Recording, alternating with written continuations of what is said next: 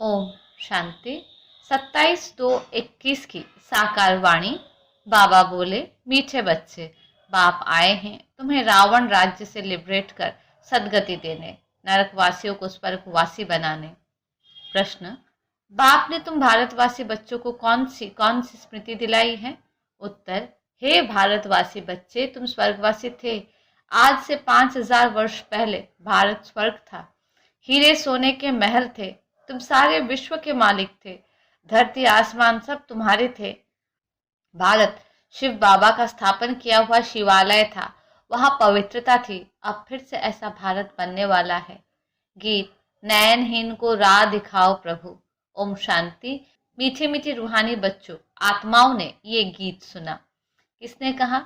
आत्माओं के रूहानी बाप ने। तो रूहानी बाप को रूहानी बच्चों ने कहा कि हे बाबा। उनको ईश्वर भी कहा जाता है, पिता भी कहा जाता है। कौन सा पिता? परम पिता, क्योंकि बाप दो है, एक लौकिक, दूसरा पारलौकिक। लौकिक बाप के बच्चे पारलौकिक बाप को पुकारते हैं, हे बाबा। अच्छा, बाबा का नाम शिव। वो तो निराकार पूजा जाता है। उनको कहा जाता है सुप्रीम फादर। लौकिक बाप को सुप्रीम नहीं कहा जाता। ऊंचते ऊंच सभी आत्माओं का बाप एक ही है। सभी जीव आत्माएं उस बाप को याद करती है। आत्माएं ये भूल गई है कि हमारा बाप कौन है।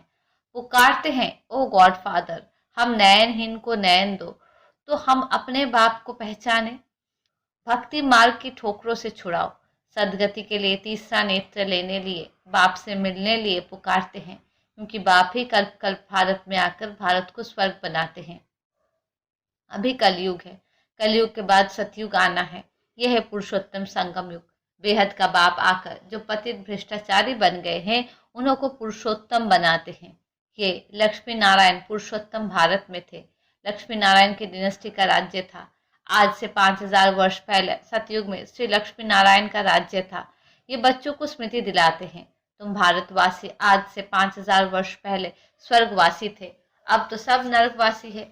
आज से 5000 वर्ष पहले भारत हेवन था। भारत की बहुत महिमा थी। हीरे सोने के महल थे। अभी तो कुछ भी नहीं है। उस समय और कोई धर्म नहीं था, सिर्फ सूर्यवंशी ही थे। चंद्रवंशी भी पीछे आते हैं। बाप समझाते हैं, तुम सूर्यवंशी डिनेस्टी के थे। अभी तक भी इन लक्ष्मी नारायण के मंदिर बनाते रहते हैं, परंतु लक्ष्मी नारायण का राज्य कब था, कैसे पाया, ये किसको पता नहीं है। पूजा करते हैं, जानते नहीं, तो ब्लाइंड फेथ हुआ ना।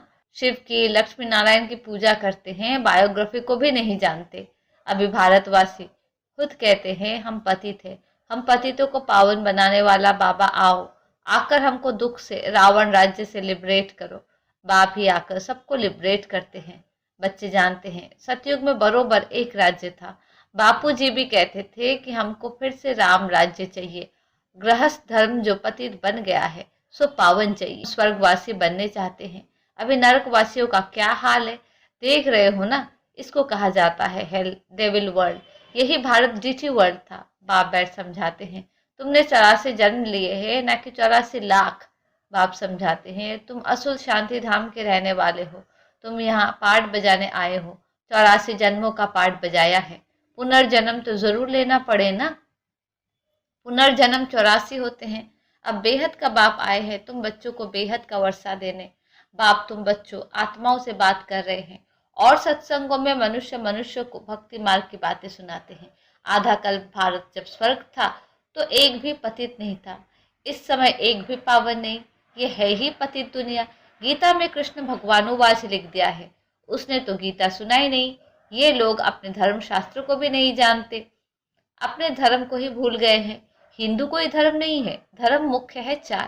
पहले है आदि सनातन देवी देवता धर्म। सूर्यवंशी और चंद्रवंशी दोनों को मिलाकर कहा जाता है देवी देवता धर्म, डिटिज्म।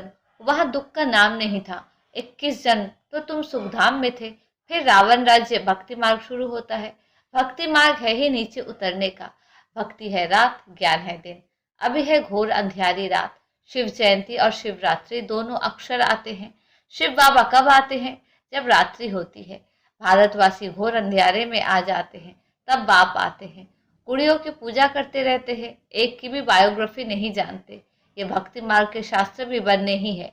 ये ड्रामा सृष्टि चक्र को भी समझना है। शास्त्रों में ये नॉलेज नहीं है। वो है भक्ति का ज्ञान, फिलॉसफी। वो कोई सदगति मार्ग का ज्ञान नहीं है। बाप कहते हैं, मैं आकर तुमको ब्रह्मा द्वारा यथार्थ ज्ञान सुनाता हूँ। पुकारते भी है, हमको सुखधाम शांति धाम का रास्ता बताओ। बाप कहते हैं, आज से 5000 वर्ष पहले सुखधाम था, जिसमें तुम सारे विश्व पर राज्य करते थे। सूर्यवंशी डिनेस्टी का राज्य था। बाकी सब आत्माएं शांति धाम में थी। वहां 9 लाख गाए जाते हैं। तुम बच्चों को आज से 5000 वर्ष पहले बहुत साहूकार बनाया था, इतना धन दिया, फिर तुमने वो कहाँ गवाया? तुम कितने साहूकार थे? भारत कौन सड़ावे कहलाए? भारत ही सबसे ऊंच से ऊंच खंड है। सभी का वास्तव में ये तीर्थ है, क्योंकि पतित पावन बाप का जन्म स्थान है। जो भी धर्म वाले हैं सभी की बाप आकर सदगति करते हैं। अभी रावण का राज्य सारी सृष्टि में है, सिर्फ लंका में नहीं था। सभी में 5 विकार प्रवेश है। जब सूर्यवंशी राज्य था तो ये विकार ही नहीं थे। भारत वाइसलेस था, अभी विश्वस है। सतयुग में दैवी संप्रदाय थी, वो फिर 84 जन्म भोग अभी आसुरी संप्रदाय बने हैं, फिर दैवी संप्रदाय बनते हैं।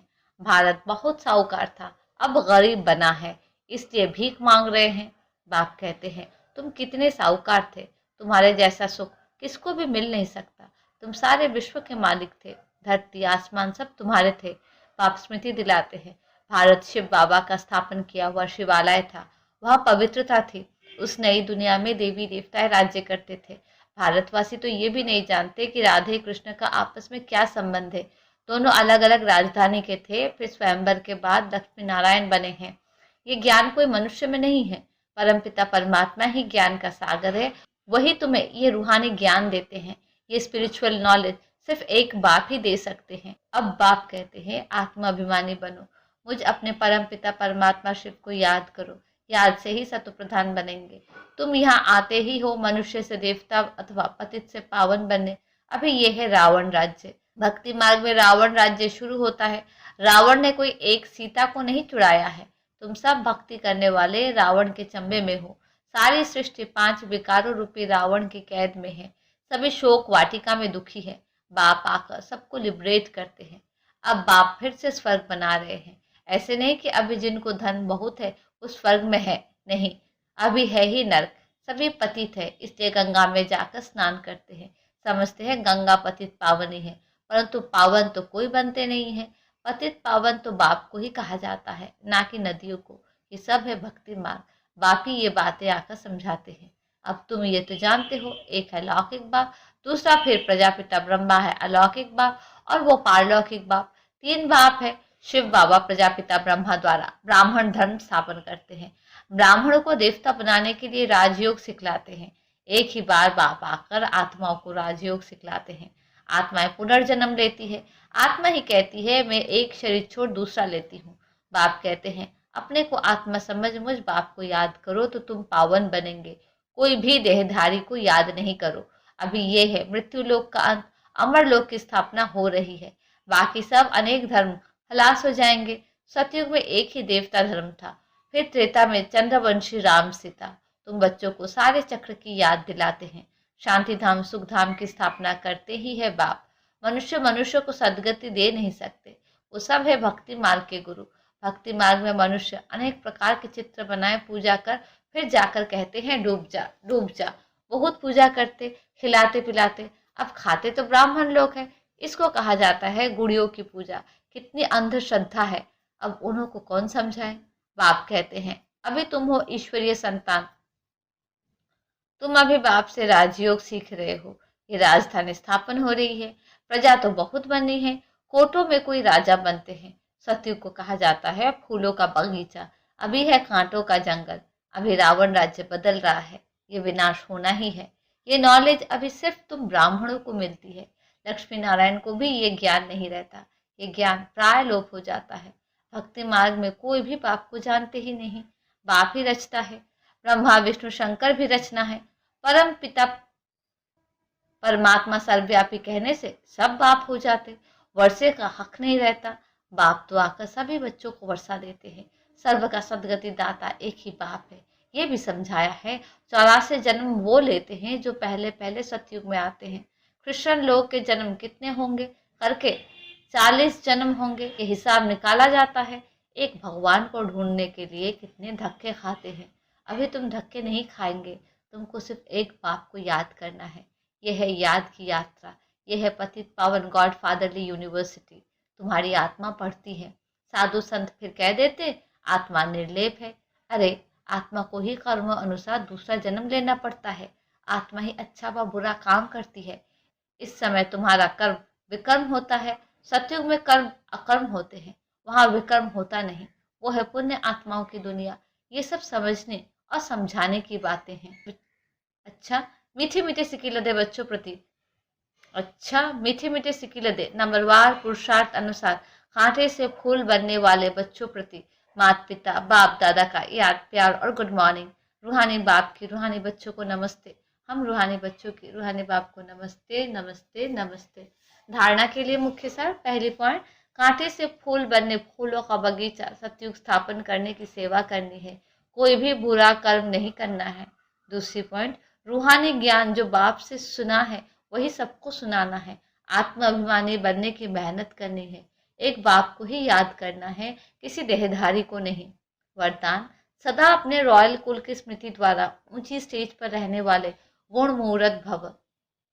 जो रॉयल कुल वाले होते हैं वो कभी धरती पर मिट्टी पर पाँव नहीं रखते। यहाँ देह अभिमान मिट्टी है, इसमें नीचे नहीं आओ। इस मिट्टी से सदा दूर रहो। सदा स्मृति रहे कि ऊंचे से ऊंचे बाप के रॉयल फैमिली के ऊंची स्टेज वाले बच्चे हैं तो नीचे नजर नहीं आएगी। सदैव अपने को गुण मुहूर्त देखते हुए ऊंची स्टेज पर स्थित रहो। कमी को देखते खत्म करते जाओ। उसे बार बार सोचेंगे तो कमी रह जाएगी।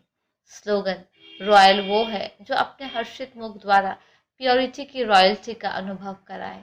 अच्छा, ओम शांति।